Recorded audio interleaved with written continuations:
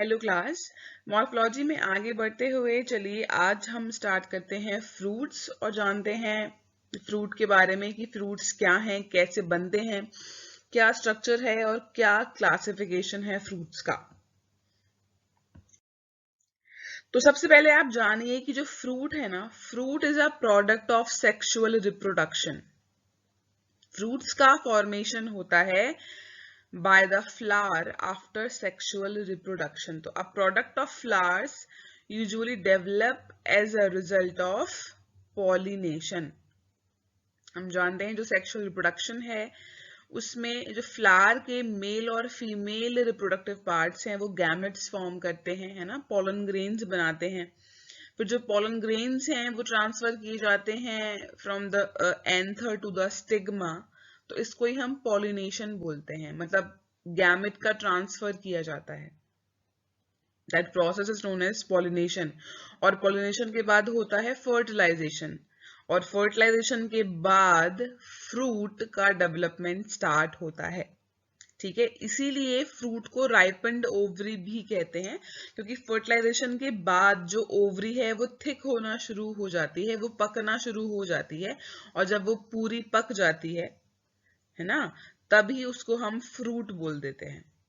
ठीक है, फ्रूट के अंदर हम जानते हैं ओवरी के अंदर जो है ओव्यूल पाए जाते हैं, और ओव्यूल में ही जाइगोट बनता है, और जो जाइगोट है वो एम्ब्रियो में डेवलप होने लगता है। राइट, तो ओवरी के अंदर एम्ब्रियो डेवलप हो रहा है, और आप जानते हैं प्लांट का जो एम्ब्रियो है वो उसके सीड में पाया जाता है। तो यहां से आप समझिए कि जो ओव्यूल है आफ्टर फर्टिलाइजेशन, जो ओव्यूल है वो सीड में कन्वर्ट होता है, और जो ओवरी है वो फ्रूट में कन्वर्ट हो जाती है। तो प्राइमरी फंक्शन जो है फ्रूट फॉर्मेशन का वो है सीड का प्रोटेक्शन। जब सीड बन रहा है, जब एम्ब्रियो ग्रो हो रहा है, तो उसका प्रोटेक्शन, ओवरी वॉल थिक हो जाती है ताकि सीड को नुकसान ना हो, बिकॉज सीड ही नए यंग प्लांट्स को प्रोड्यूस करेगा, है ना। जो रिप्रोडक्शन का पर्पस है वो है यंग वंस को, नए यंग वंस को बनाना, है ना, production of new young ones like themselves. तो सीड से ही नया प्लांट आएगा, तो सीड का प्रोटेक्शन करता है फ्रूट। और आफ्टर दैट जब सीड बन जाता है, जब फ्रूट पक जाता है, तो फिर उसका डिस्पर्जल करना, मतलब जहां वो सीड पैदा हुआ है जिस ट्री पर, तो मदर प्लांट से सीड का दूर दूर तक फैलना, तो हवा की हेल्प से, है ना, by the help of water, by the help of animals, birds, है ना, humans भी, हम सभी animals जो हैं वो seeds के dispersal में help करते हैं।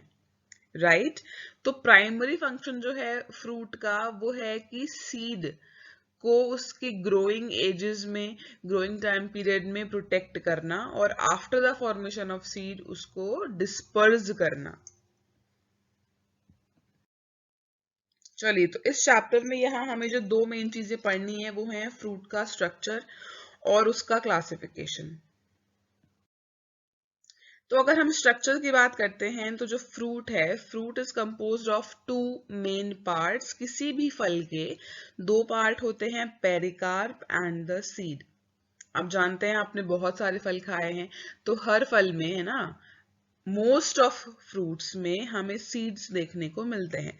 ठीक है, तो सीड को छोड़कर उस फ्रूट का जो भी थिक ड्राई फ्लैशी पार्ट आप देखते हैं, अगर वो एक फ्लैशी फ्रूट है तो उसका फ्लैशी पार्ट, और अगर वो कोई ड्राई फ्रूट है तो उसका ड्राई पार्ट, मतलब सीड को अगर हम छोड़ दें तो सीड को छोड़कर जो भी उसमें पोर्शन पाया जाता है वो सभी पेरिकार्प कहलाता है। फॉर एग्जाम्पल, जैसे मैंगो की अगर हम बात करते हैं तो मैंगो, आम हम सबने खाया है, आम में गुठली को छोड़कर जो भी उसका बाहर वाला पार्ट है, थिक फ्लैशी पार्ट है, सॉफ्ट पार्ट है, दैट इज पेरिकार्प।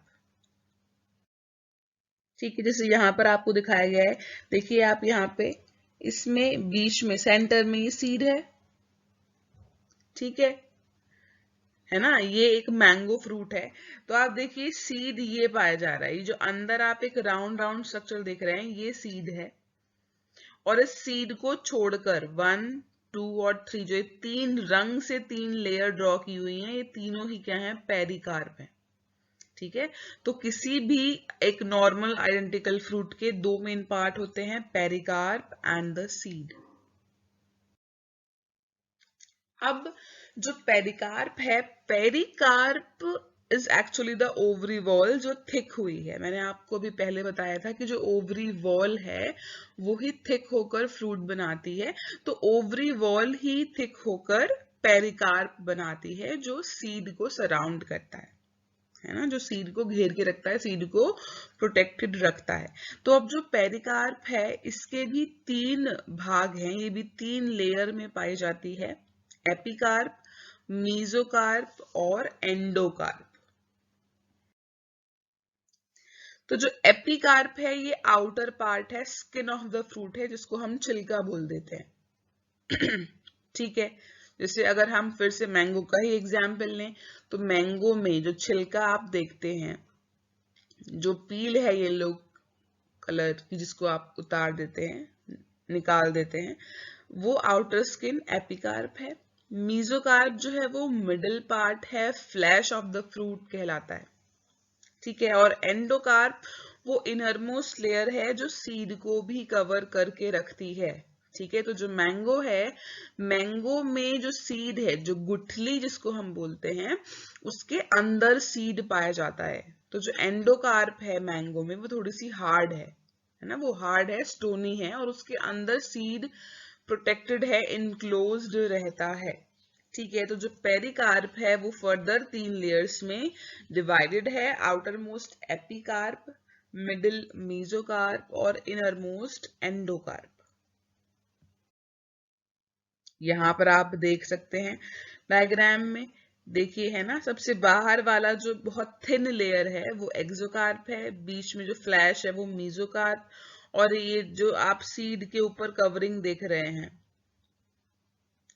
ये एंडोकार्प। देखिए यहाँ पर इस सीड को, इस एंडोकार्प को भी निकाल के दिखाया गया है। ये गुठली है जिसका एक साइड का पोर्शन लेयर निकाल दी गई है, तो गुठली के अंदर देखिए ये सीड पाया जा रहा है, this is the seed actually, और ये एंडोकार्प है जो सीड को कवर किए हुए थी। बिकॉज आप यहाँ समझिए कि जो फ्रूट का जो मेन फंक्शन है ना, वो है सीड को प्रोटेक्ट करना। ठीक है, तो जो एंडोकार्प है वो ज्यादातर फ्रूट्स में कुछ इस तरीके से अरेंज होगी, पाई जाएगी कि वो सीड को ढकेगी, वो सीड को कवर करती हुई पाई जाएगी, ताकि सीड प्रोटेक्टेड रहे।